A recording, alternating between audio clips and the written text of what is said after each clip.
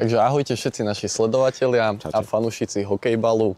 Dneska tu máme Dana a Dano by nám mohol niečo povedať o sebe. Mohol by? Mohol by. Aha, dobre. Volám sa Dano. Som Salesián, pôsobím na Troch Horkách už 4. rok. Mojou úlohou je tu venovať sa mladým a to sa snažím robiť. Tak to sme radi. Teraz na začiatku také zahrievacie otázky som si pre teba prichystal. A to sú, že ako si užívaš tento turnaj zatiaľ? Zatiaľ je všetko v poriadku, hej. Vyzeralo to celkom dobre do obeda. Chlapci hrajú, neboli žiadne vážnejšie incidenty. Tí, čo vyhrali, sa teraz tešia na ťažšie zápasy, ktoré ich čakajú v druhej polovici dnešného dňa. A všetci dúfajú, že získajú nejaké dobré miesto v štvrťfinále. Takže myslím si, že všetko ide podľa plánu a všetci máme z toho radosť. Tak to sme radi, že to šľape. Chceli by sme vedieť, že čo je pre teba také najťažšie, čo sa týka tej organizácie toho celého turnaja? Tá trofej je dosť ťažká. K tomu sa tiež dostaneme neskôr tiež. Inak, ak si najťažšie, ja neviem, s týmito tu sa... Títo sú naozaj, oni sú z Kalvárie, oni sú skvelí. To sú superi. To sú superi. Super od slova superi. Dobre. Čiže čo je najťažšie na organizácii takéhoto turnaja, je podľa mňa asi všetko to tak zladiť dohromady. Lebo taký turnaj si vyžaduje dosť veľa spolupráce, dosť veľkej skupiny ľudí a to je vždycky také náročné, ale o to je to krajšie, keď to potom funguje. Chce to dobré lepidlo. A dá sa to aj tak povedať. Ty si takým tým lepidlom možno. Ja by som svoju úlohu pomenoval, že ja som tu na to, aby som pomáhal všetkým, čo ten turnaj organizujú. Dobre, si skromný. Tak vedel by si nám aj povedať, že koľko ľudí približne ako máš tu v stredisku, ktorí ti pomáhajú s týmto turnajom, koľký tu sú proste na tú organizáciu? Na organizáciu je približne 50 ľudí, by som povedal. On niekedy je viac, niekedy menej, závisí od toho, že či práve sa upratuje, alebo sa rozdáva strava, ale okolo 50 ľudí by si tu našiel v stredisku stále.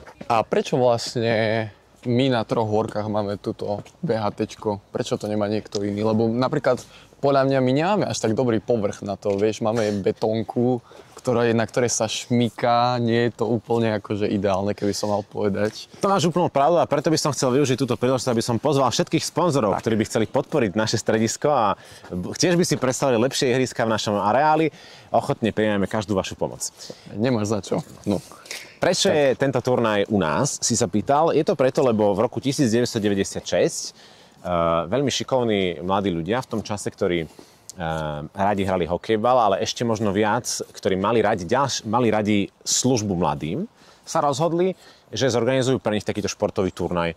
A zorganizovali to tak, že našlo sa jedno stredko, ktoré rado hralo hokejbal, pozvali chlapcov z Prešova, pozvali chlapcov z Bratislavy, pozvali chlapcov z iných miest tu na okolí a spravili si turnaj. A on sa predtým volal Vianočný hokejbalový turnaj, pretože sa títo chlapci rozhodli, že tento turnaj zorganizujú v okolí Vianoc. Bolo to vždycky v zime. No a keďže tento nápad sa uchytil a zdalo sa im to všetkým veľmi zábavné, tak sa to organizuje odtedy už každý rok. A nikdy to nebolo mimo Košic? Stále je to iba v Košiciach? Nie, nikdy to nebolo mimo Košic, ale na Troch Horkách je to, myslím, od roku 2009-10. Tak asi pravdepodobne. Dobre, a nás zaujíma aj, že či ty si niekedy priamo hral hokejbal, alebo si sa proste zúčastnil ako hráč VHTčka. Ja som hral hokejbal, ale nezúčastnil som sa tohto turnaja ako hráč, pretože, ako všetci iste dobre viete, pochádzam pôvodom z Bratislavy a to je predsa len trochu ďaleko. Ale hlavne nebol som až taký dobrý, aby som sa dostal na také turnaje. Tak to sme si mysleli. A teraz k tej hlavnej cene, ktoré som sa chcel dostať, že prečo sa to volá hlavná cena, prečo sa volá Pišta? No, pretože jeden z takých dobrých priateľov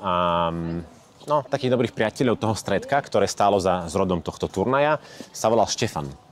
Takže on teda síce nemohol hrávať hokejbal, pretože bol na vozíčku, ale všemožne podporoval aj tento turnaj, aj tých chlapcov, ktorí sa ho rozhodli organizovať.